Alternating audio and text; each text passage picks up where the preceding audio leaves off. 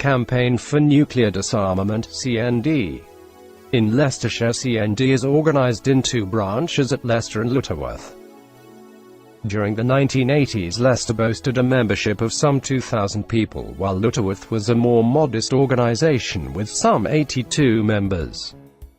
Membership per annum cost £1 for the waged and 50p for the unwaged. Leicester CND acquired an office on Friar Lane in the city during 1982 and held regular monthly meetings at the Friends Meeting House on Queen's Road. The planning committee also met monthly at the Friar Lane offices to plan campaign strategy. Lutterworth CND was formed in 1982 by a local activist, Melanie Miller, who was also a local councillor. CND also produced numerous videos of the effects of nuclear weapons to ensure the message was clearly understood by members.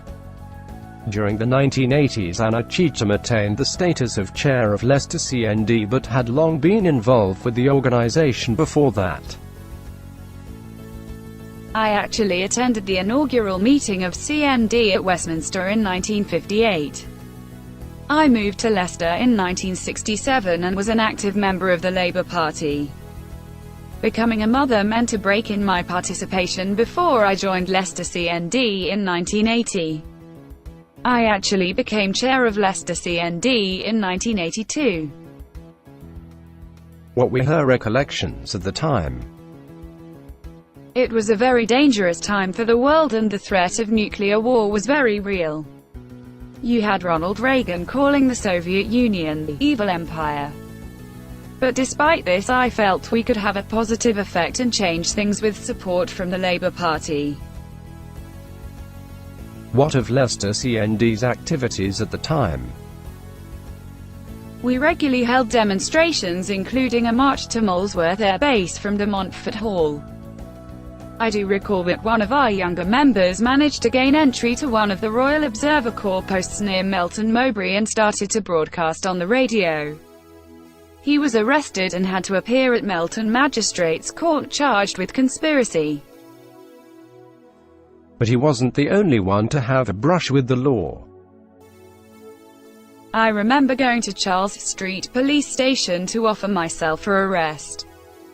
I have no doubt at all in my mind that if there had been a build-up to a nuclear confrontation, CND members such as myself would have been placed under arrest. But being a high-profile member brought other unwanted attention from the authorities. My telephone was regularly tapped. I remember a telephone engineer once visiting my house insisting on looking at my phone when there wasn't anything wrong with it. It would be fair to say Ms. Cheetham gets most emotional when talk turns to the money wasted on civil defense.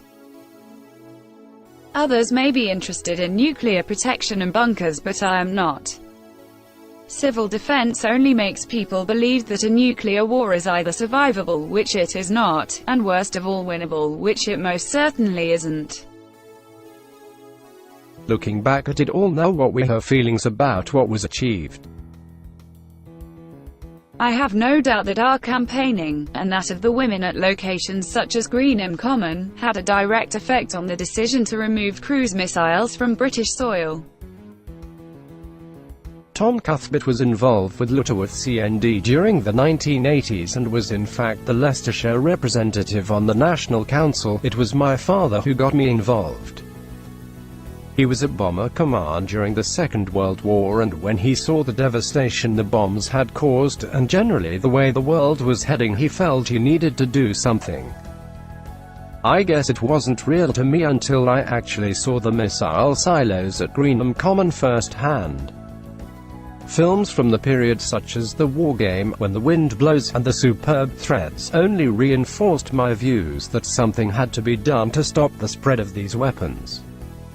I recall clearly the publication Leicester and the Bomb, which was produced by Leicester Peace Action Group, of which I am a member to this day. Did he intend to take any civil defense planning precautions of his own if necessary? What would be the point? There is no defense against the effects of these weapons, so no, I wouldn't have. Did he also draw the attention of the authorities?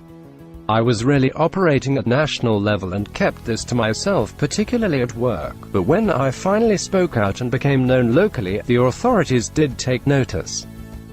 I know particularly when I was involved in demonstrations my telephone has been deliberately disconnected with no viable explanation.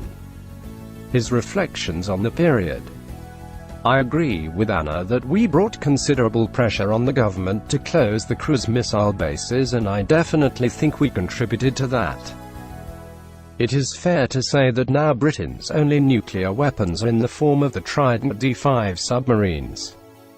I remember we had a British-Russian Mothers Exchange month which was really positive about changing views on both sides. We were most certainly a positive force for peace.